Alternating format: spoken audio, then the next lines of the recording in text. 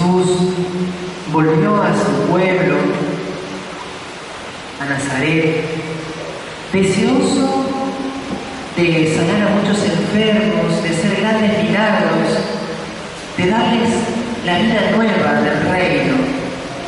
Pero se encontró en Nazaret, justo allí, con la indiferencia, con corazones cerrados, endurecidos.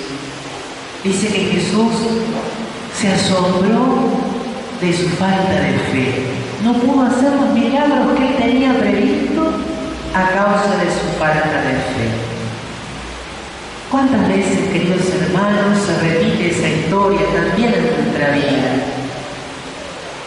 ¿Cuánto el Señor quiere bendecirnos, transformarnos? Y no lo puede hacer porque nosotros le hemos cerrado el corazón, porque nos falta fe, porque no creemos como deberíamos creer. Esto puede decirse de todas las acciones de Dios hacia nosotros, pero sin duda lo podemos aplicar especialmente al sacramento de la Eucaristía, del cual hoy, en el marco de esta novena, queremos hablar. Por eso, al hacer esta meditación, en la cual yo intentaré dar algunos elementos de catequesis, sobre todo pidámosle al Señor que aumente nuestra fe en el misterio eucarístico, que realmente creamos, que nos convenzamos de la grandeza de este que es el mayor de los milagros, mayor que la encarnación, mayor que la cruz, mayor que la creación misma.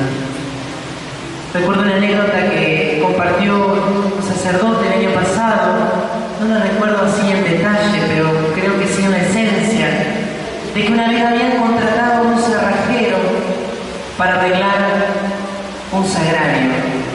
Y ese cerrajero era de otra religión, era protestante, ellos no creen en la presencia de Jesús en la Eucaristía. Y cuenta que ese cerrajero, cuando le explicaron lo que significaba el sagrario, de tener ahí a Jesús siempre vivo, con todo su poder y con todo su amor, el cerrajero dijo que después de hacer el trabajo, que durante todo el tiempo que estuvo allí, no le dejaron de temblar las piernas de asombro, de solo imaginar que para algunos allí estaba siempre Dios. Y eso le tenemos que pedir al Señor nosotros, que nos tiemblen las piernas cada vez que venimos a la Eucaristía, cada vez que nos acercamos a comulgar, cada vez que entramos y vemos allí la luz del sagrario encendida, señalándonos la presencia del Dios viviente, que siempre quiere darnos vida y transformarnos. La Eucaristía entonces es el más grande de todos los sacramentos, el gran sacramento. Dice el Concilio Vaticano II, fuente y culmen de toda la vida cristiana. Todo en la Iglesia brota de la Eucaristía, todo en la Iglesia se ordena a la Eucaristía. Porque en los demás sacramentos nosotros recibimos dones de Dios, recibimos la gracia de Dios, pero en la Eucaristía está presente el autor de la gracia misma, Cristo mismo, nuestra Pascua. Otra expresión del Magisterio, que también es muy hermosa, dice que la Eucaristía contiene todo el bien espiritual de la Iglesia, porque la Eucaristía es la Pascua, porque la Eucaristía es ya ahora para nosotros el cielo. Más allá de la Eucaristía no existe nada en esta tierra que nosotros podamos desear. La Eucaristía fue prefigurada ya en el Antiguo Testamento. Todos conocemos la narración de que cuando el pueblo de Israel estaba por ser liberado de la esclavitud de Egipto, Dios le ordenó elegir animales, elegir corderos, sin mancha, perfectos, sacrificarlos y con su sangre marcar las puertas de sus casas. Y también ese cordero lo debían comer, lo debían compartir en familia. Y cada año ellos tenían que celebrar esa cena pascual.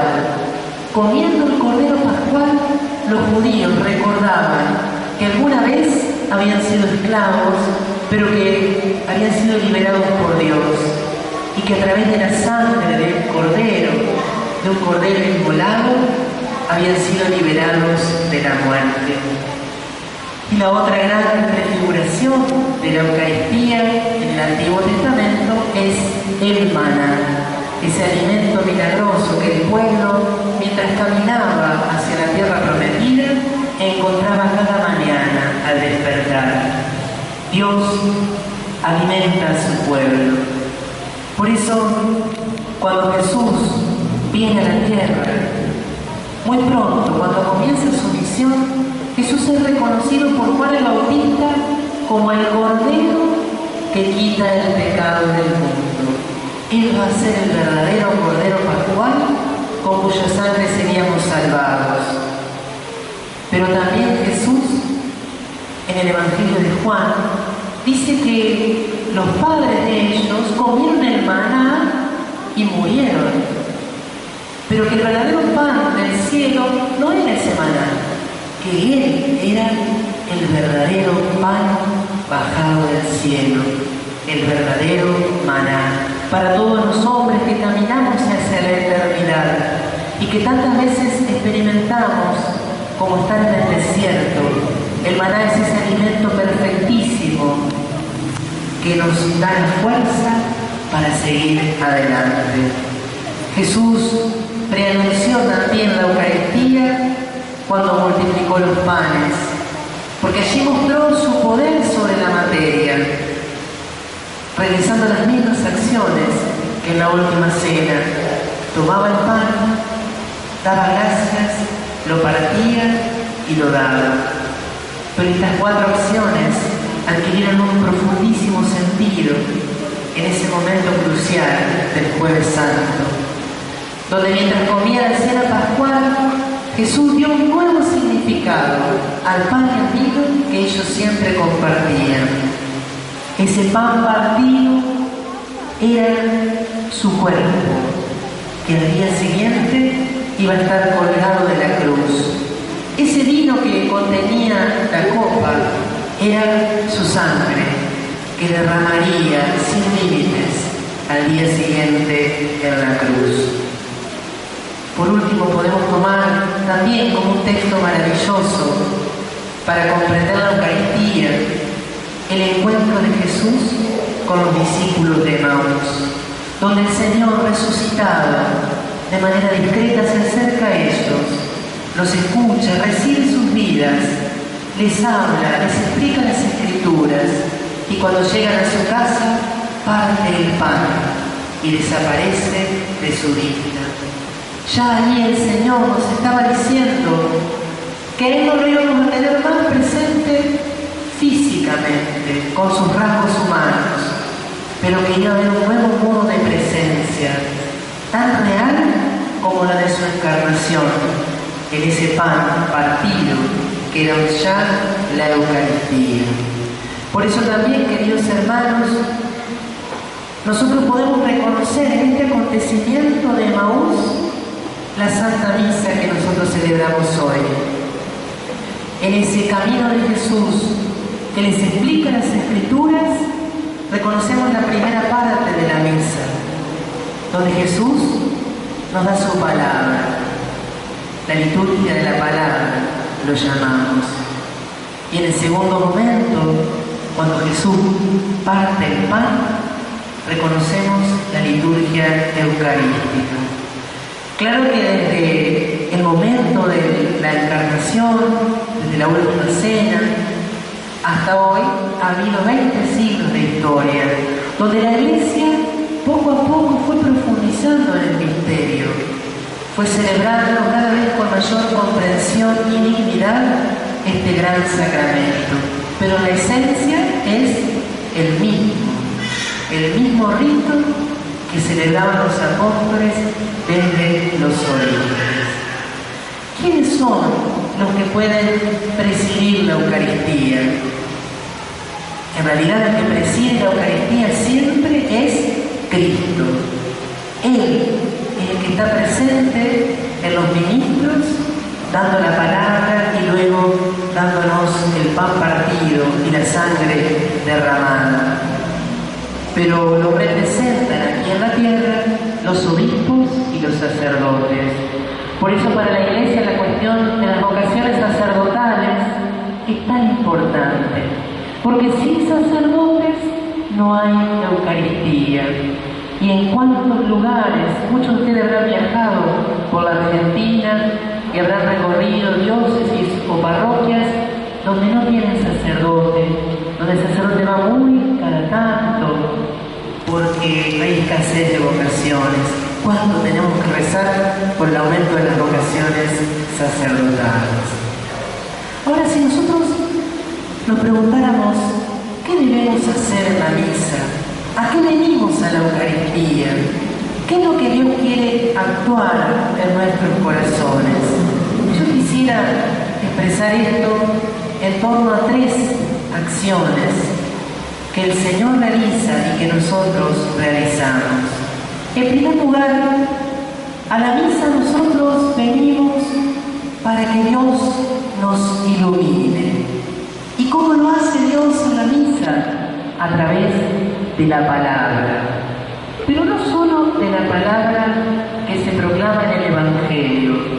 Muchas veces Dios va a arrojar luz en la misa dominical sobre esa situación difícil que venís viviendo, no solo en la palabra, sino en una oración que hizo el sacerdote, o a veces en la letra de uno de los cantos.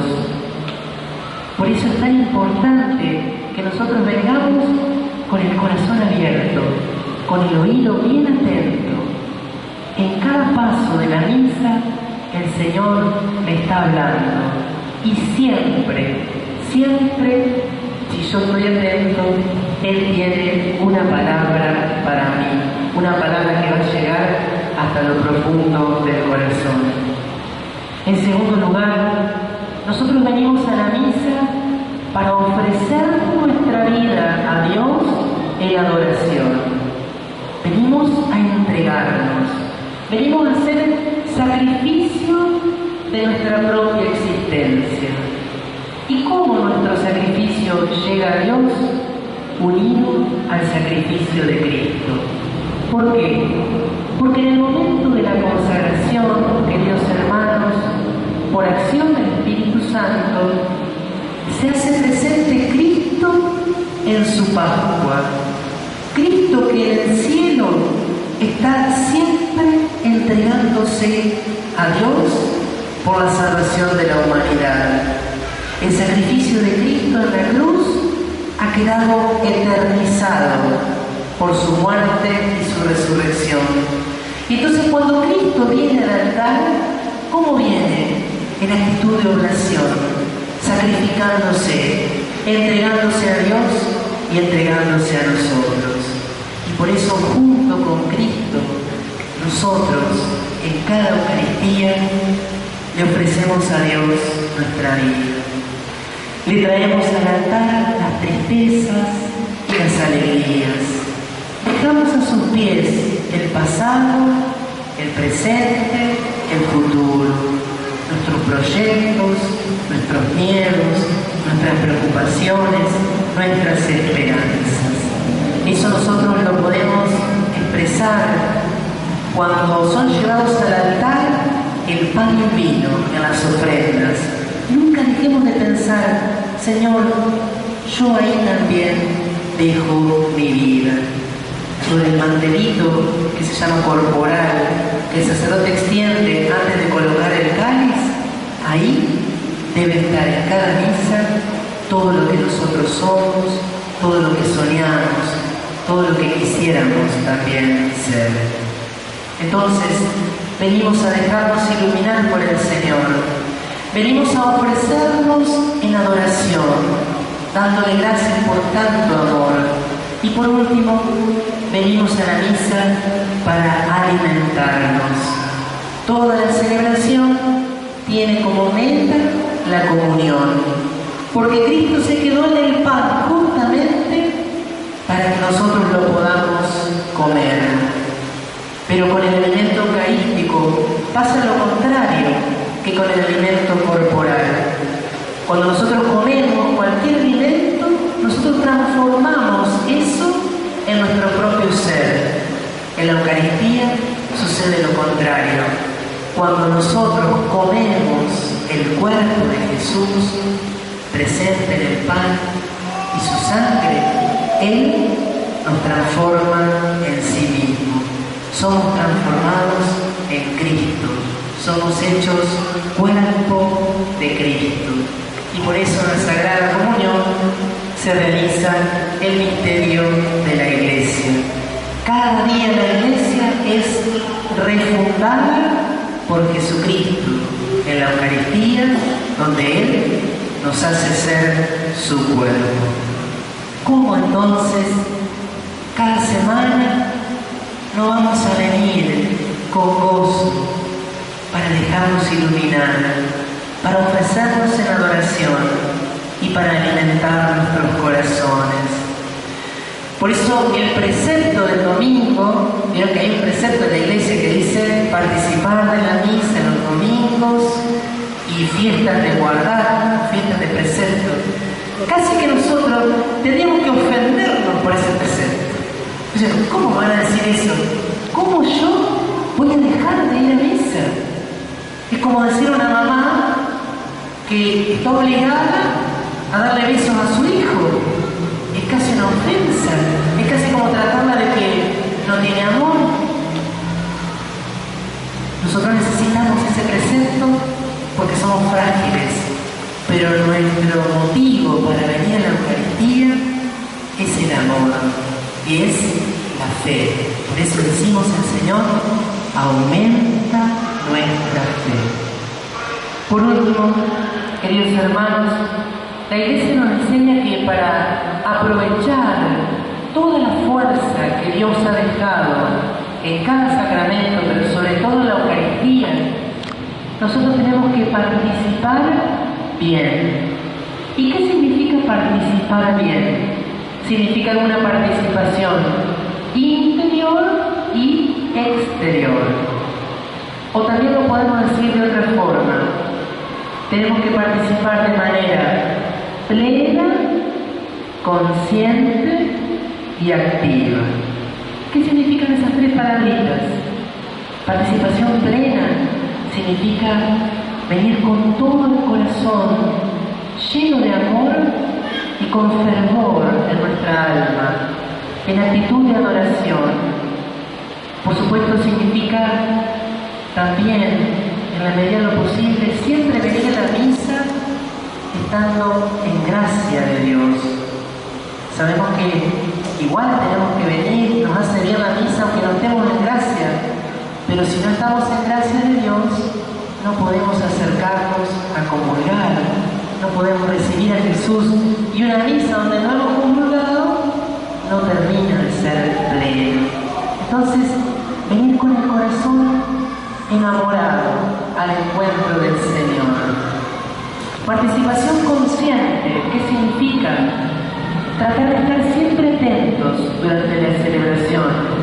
A veces hay cosas que suceden, que nos distraen, a veces puede haber un niño que va y viene, y es hermoso que los niños puedan venir a la Eucaristía con sus familias, pero nosotros los adultos siempre tenemos que estar atentos.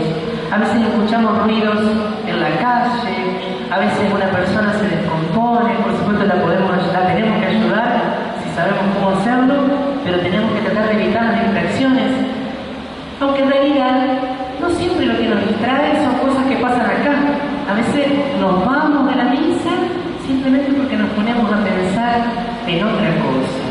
Participación consciente significa tratar de que nuestra inteligencia, nuestra mente, esté completamente enfocada en lo que aquí estamos viviendo. Y por eso, para participar de manera consciente también es necesario necesaria la formación. Tratar de leer cosas sobre la misa, sobre la Eucaristía, leer lo que dice el Catecismo de la Iglesia Católica, leer lo que enseña el Papa. Esta mañana mismo el Papa Francisco hizo su catequesis sobre la Eucaristía. Hay tantos libros de santos, tantos escritos hermosos que pueden ayudarnos a una participación más consciente. Leer cada día la Biblia nos va a ayudar a comprender mucho mejor todo lo que sucede en la Eucaristía. Por último, la participación en la misa debe ser activa. Participamos no solo con el alma, sino con el cuerpo también. Si no, no sería una participación verdaderamente humana. También en nuestro cuerpo debemos reflejar la fe y el amor. Y por eso qué hermoso es que una comunidad participe activamente con entusiasmo, que responda las aclamaciones, que diga las oraciones con convicción, no tengamos vergüenza, que cantemos con fervor los cantos que también expresan nuestra fe. Pero también la participación activa significa realizar con piedad los gestos, hacer bien la genuflexión cuando entramos al templo, hacernos bien la señal de la cruz cuando comienza la misa, los gestos con los cuales, por ejemplo, golpeamos el pecho en el acto penitencial, cuando signamos nuestra frente, nuestros labios y nuestro pecho, estar de pie con una actitud de respeto cuando estamos sentados, arrodillarnos también con piedad. Qué importante también, queridos hermanos, para aprovechar al máximo la misa, el momento de la comunión. Qué importante es que en la fila de la comunión vayamos con una actitud de profunda adoración y bien concentrados, y que al regresar a nuestro banco, inmediatamente allí nos pongamos en una adoración, en un momento de intimidad con Jesús, que puede ser de pie, que puede ser de rodillas también, pero ese momento es clave. No solo vivido desde el corazón, sino que también nuestro amor y nuestra devoción se expresen a nivel de nuestros gestos corporales.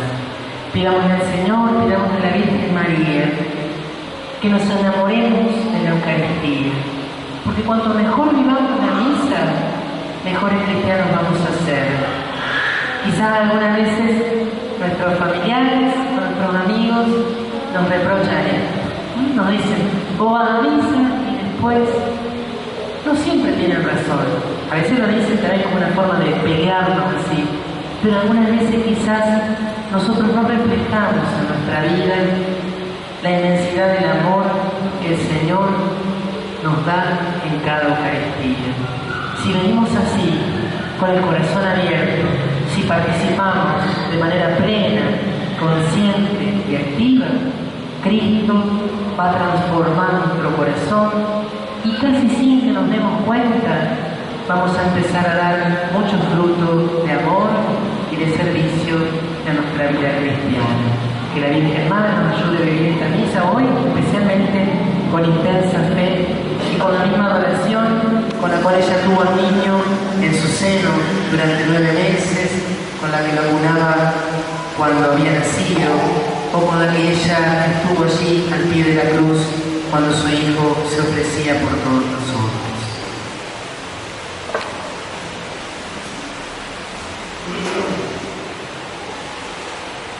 Nos ponemos de pie y presentamos al Señor nuestras súplicas.